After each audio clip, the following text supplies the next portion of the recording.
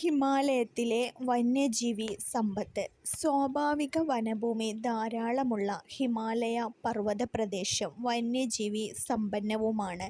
യാക്ക്, കസ്തൂരിമാൻ, ഒറ്റക്കൊമ്പൻ കാണ്ടാമൃഗം, ഹിമപ്പുലി തുടങ്ങി നിരവധി ജീവിവർഗങ്ങളുടെ തനത് ആവാസകേന്ദ്രമാണ് ഇവിടം. ജൈവമണ്ഡല റിസർവുകൾ, ദേശീയോദ്യാനങ്ങൾ, വന്യജീവി സങ്കേതങ്ങൾ തുടങ്ങിയവയെല്ലാം വന്യജീവി സമ്പത്തിൻ്റെ സംരക്ഷണമാണ് ലക്ഷ്യം വെക്കുന്നത്.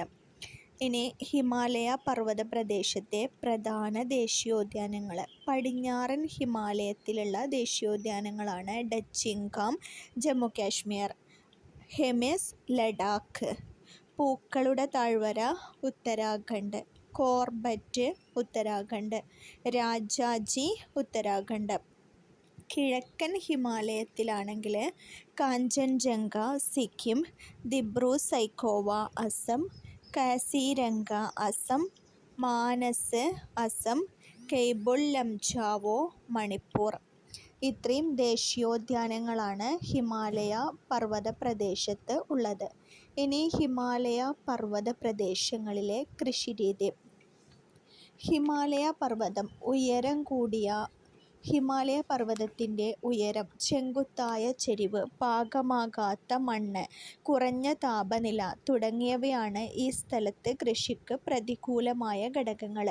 എന്നിരുന്നാലും ജനങ്ങൾ വിവിധ ഉപജീവന കൃഷികളിൽ ഏർപ്പെടുന്നുണ്ട്.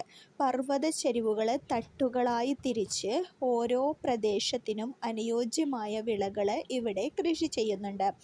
നെല്ല്, പയറുവർഗ്ഗം, ഉരുളക്കിഴങ്ങ് എന്നിവ മഴക്കാലത്തും ഗോതമ്പ്, മിതോഷ്ണ പഴവർഗ്ഗം എന്നിവ വസന്തകാലത്തും കൃഷി ചെയ്യുന്നുണ്ട്. കിഴക്കൻ ഹിമാലയത്തിൻ്റെ പർവതച്ചരിവിലും താഴ്വാരങ്ങളിലും പ്രത്യേകിച്ച് അസം, ഡാർജിലിംഗ് മേഖലകളിൽ തേയിലക്കൃഷിയാണ് കൂടുതൽ.